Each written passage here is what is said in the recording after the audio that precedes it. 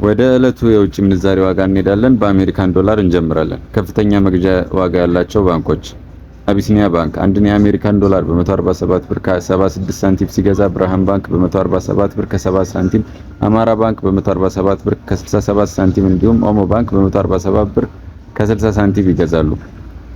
ከውጭ ምንዛሬ ቢሮዎች ሃሮን ፎሬክስ ቢሮ አንድን የአሜሪካን ዶላር በ165 ብር እየገዛ በ168 ብር ከ30 ሳንቲም በመሸጥ ከህጋዊም ከህገወጥም ገንዘብ ማስተላለፊያ አማራጮች ከፍተኛ ዋጋ ያቀረበ አማራጭ መሆን ችሏል።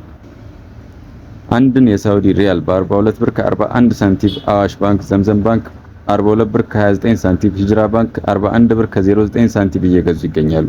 የዩናይትድ አረብ ኤሚሬትስን ድርሃም አዋሽ ባንክ በ43 ብር ከ33 ሳንቲም፣ ዘምዘም ባንክ ከ43 ብር ከ23 ሳንቲም፣ ሂጅራ ባንክ 42 ብር ከ20 ሳንቲም እየገዙ ይገኛሉ።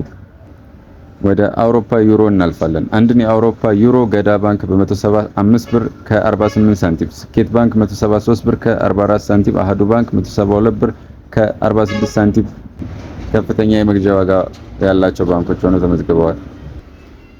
በመጨረሻም የእንግሊዝ ፓውንድ ስኬት ባንክ፣ አማራ ባንክ እና ብርሃን ባንክ 200 ብር ከ11 ሳንቲም እና 198 ብር ከ49 ሳንቲም በቅደም ተከተል በመግዛት ከፍተኛ የመግዣ ዋጋ ያላቸው ባንኮች መሆን ችለዋል።